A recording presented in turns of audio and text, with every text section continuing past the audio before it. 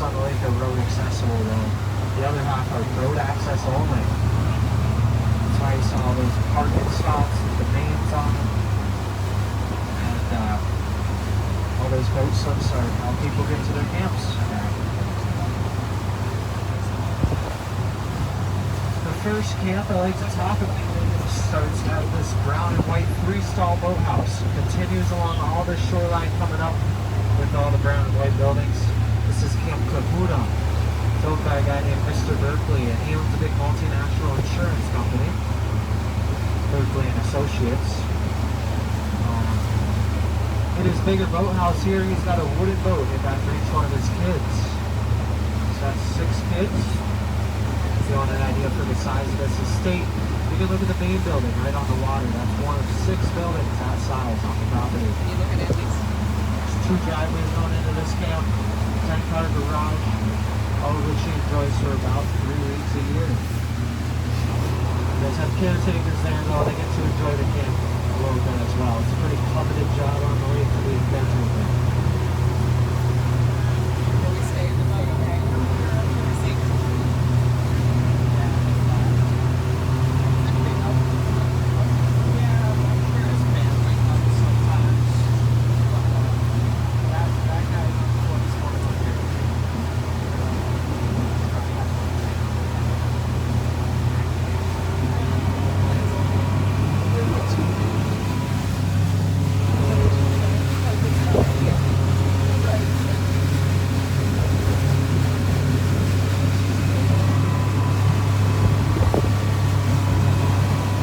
Red boathouse coming up is part of Camp Adironda. That one's owned by the former CFO of Horizon. When he first bought this camp, he got out on his dock and realized he had no cell service. 3 weeks later, Lake Placid was the first town in the Adirondacks to get cell service. Or 4G cell service. And Adironda is the old name for the Adirondacks. It's where the term Adirondack originated from. And Adironda is originally a Native American term for bark eater. One tribe would insult another tribe by calling them bark eaters or Adironda. And then the state park became Adironda State Park and eventually shifted over to the Adirondacks.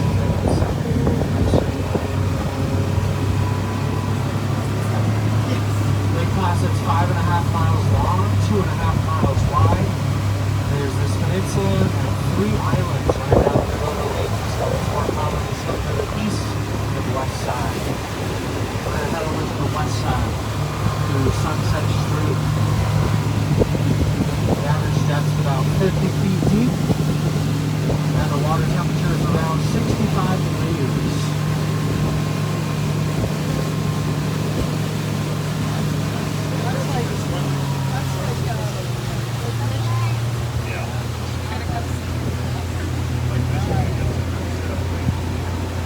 It'll get up to about 75 or 80 at the end of the month or next month, but still warming up. This whole lake freezes over in the winter time, about 1 foot to 3 feet thick. So makes all these camps on the right very hard to get to in the winter. These are all on Bunk Island over here, the medium-sized island on this lake.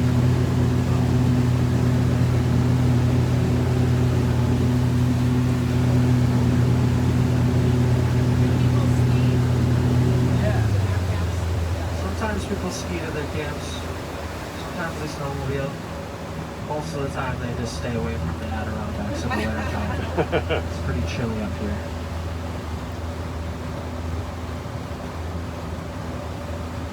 This nice white and green trim camp here is Camp Sunshine. Back in the 1940s, this was bought by a famous singer and songwriter named Kate Smith. Anyone know what famous song Kate Smith is known for? You got it. God Bless America. Her famous rendition. She would come up here every summer from the 40s to the 90s, and out of this boathouse coming up in the upstairs, she held a nationwide radio broadcast. She had one of the world's smallest broadcasting studios, and became one of the first women on Voice of the Radio back in the 50s, right out of that boathouse.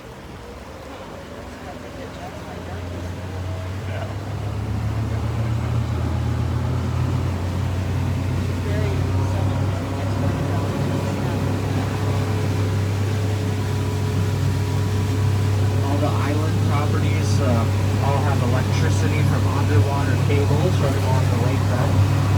There's water pumps that just suck the lake water up and filter it themselves. This lake's so clean you only need to filter it like once for the filter and it's clean enough. Septic systems as well at all these islands. So that nothing gets in the water, because if you've had any tap water when you've been in town, you've also had a little taste of Lake Placid already. All the town's drinking water, all the town's water comes from this lake. It's a very clean lake, you don't have to worry. It's a glacial lake. It's spring fed from cold glacial springs on the north end that pump in about 30,000 gallons of fresh spring water a day into this lake. It's rated double A plus for water quality, putting it in the top 10 cleanest lakes in the lower 48.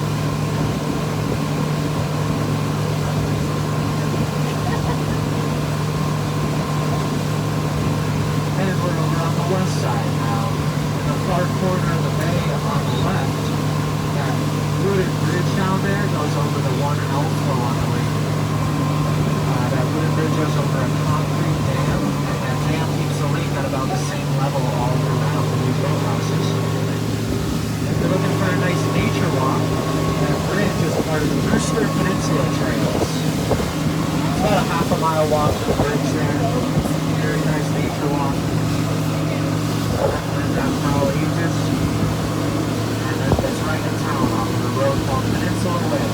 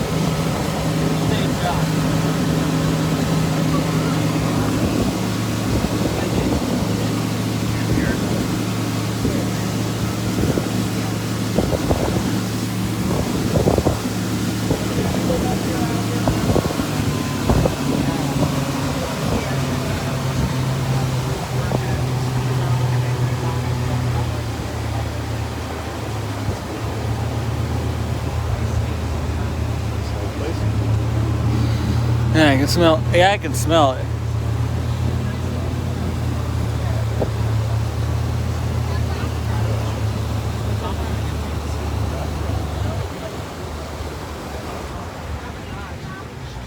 And coming up on our left here, we have the Lake Placid Lodge, the only hotel in the lake.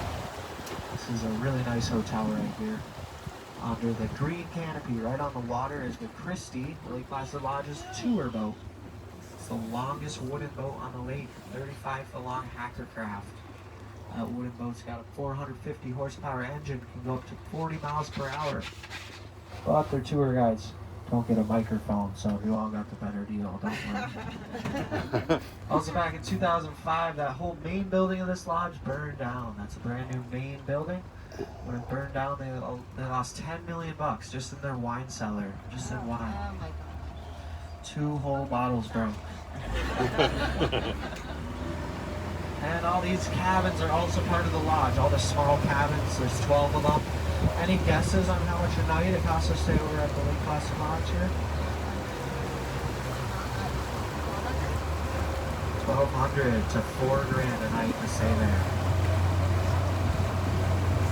May seem expensive, I was going to suggest we go there but next I'm time. pretty sure you get breakfast included with that.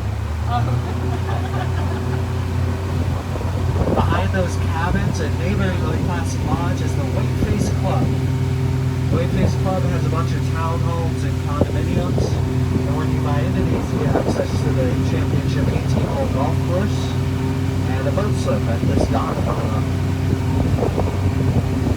The condos were